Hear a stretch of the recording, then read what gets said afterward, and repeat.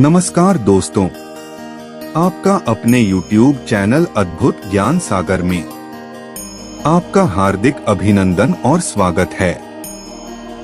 प्रकृति के रहस्य को समझना आसान नहीं। कई बार हमारे मन में कई ऐसे सवाल आते हैं जिनका जवाब लगभग किसी के पास नहीं होता, लेकिन फिर भी हम उसके जवाब ढूंढने में लगे रहते हैं। हम धर्म से जुड़ी बात पढ़ते हैं तो उन सभी से यही पता चलता है कि इस ब्रह्मांड में कहीं स्वर्ग स्थित है जहां इंसान मृत्यु के बाद की जा सकता है।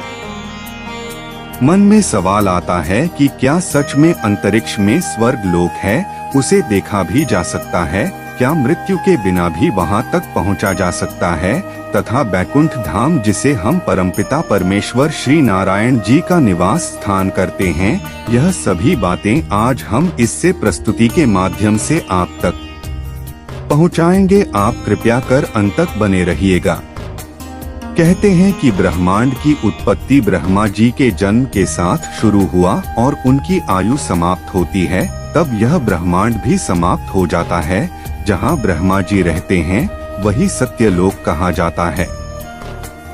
जहां भगवान विष्णु और लक्ष्मी जी का निवास है उसे वैकुंठ लोक कहते हैं, जहां पहुंचना मोक्ष कहलाता है। जहां देवराज इंद्र के साथ सभी देवता निवास करते हैं उसे स्वर्ग लोक कहा जाता है, जहां इंसान मृत्यु के बाद ही जा सकता है। सभी लोग इसी ब्रह्मांड में मौजूद है, लेकिन उन्हें देखा नहीं जा सकता। यह भी कह सकते हैं कि सभी लोग पृथ्वी से इतनी ज्यादा दूरी पर है कि वहां तक पहुंचना किसी इंसान के लिए संभव ही नहीं। यह सभी लोग अलग अलग आयामों पर भी आधारित है।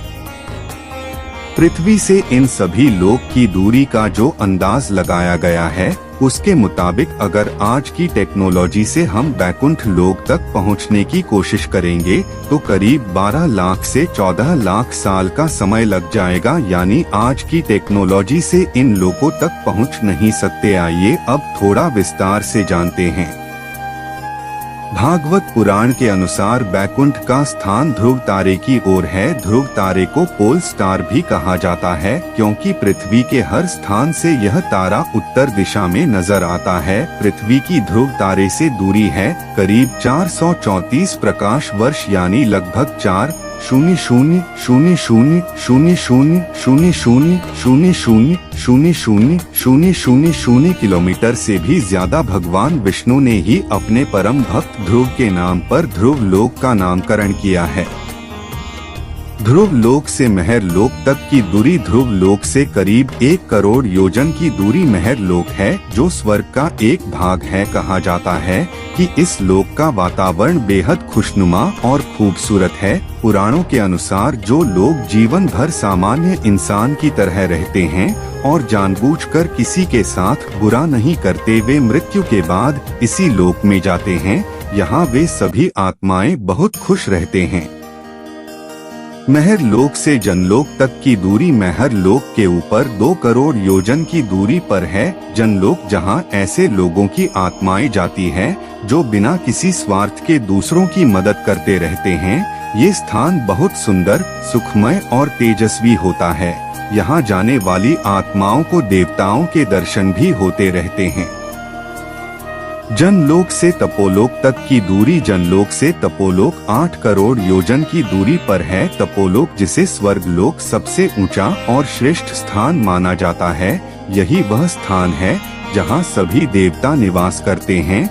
यहाँ जाने वाली आत्माएं देवताओं के केवल दर्शन ही नहीं बल्कि उनसे बात भी करते हैं, लेकिन यहाँ जाने के लिए बेहद कड़ी परीक्षा से गुजारना पड़ता है। जो लोग पूरे जीवन अपने स्वार्थ का पूरी तरह त्याग करके केवल दूसरों के बारे में ही सोचते हैं और दूसरों की मदद करते हैं, सदा साफ और पवित्र मन के होते हैं, साथ ही हमेशा भगवान की सच्ची भक्ति में लगे रहते हैं, उन्हीं लोगों की आत्माएं इस लोक में जा सकती है।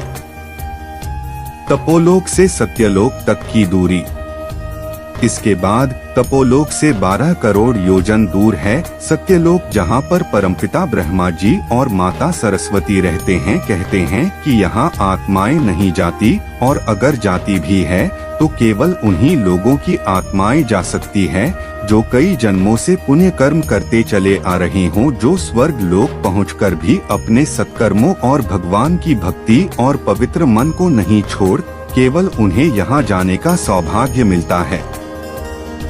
सत्यलोक से वैकुंठ तक की दूरी। सत्यलोक से 2 करोड़ 62 लाख योजन की दूरी पर है वैकुंठ लोक, जहाँ निवास करते हैं भगवान विष्णु और माता लक्ष्मी। वैकुंठ तक जाने को ही मोक्ष कहा जाता है।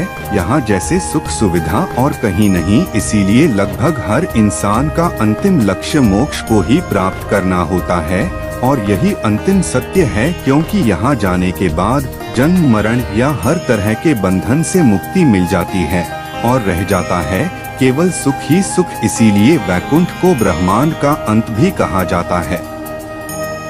हालांकि पुराणों के अनुसार वैकुंठ से भी ऊपर है गोलोक। वैकुंठ से 50 करोड़ योजन की दूरी पर है, जहां भगवान श्री कृष्ण और राधा जी निवास करते हैं, जो कि भगवान विष्णु और माता लक्ष्मी जी यही स्वरूप है।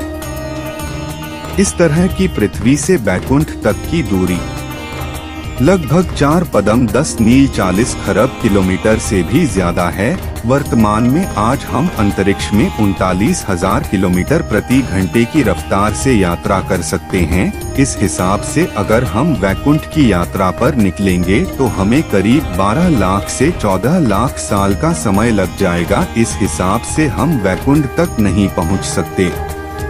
दोस्तों, यह प्रस्तुति आपको कैसी लगी हमें कमेंट के माध्यम से जरूर बताइएगा। हमारे चैनल को लाइक कीजिए, सब्सक्राइब कीजिए और अपने मित्रों और परिवारों के साथ शेयर कीजिए। एक बार फिर से आपको कोटि कोटि धन्यवाद।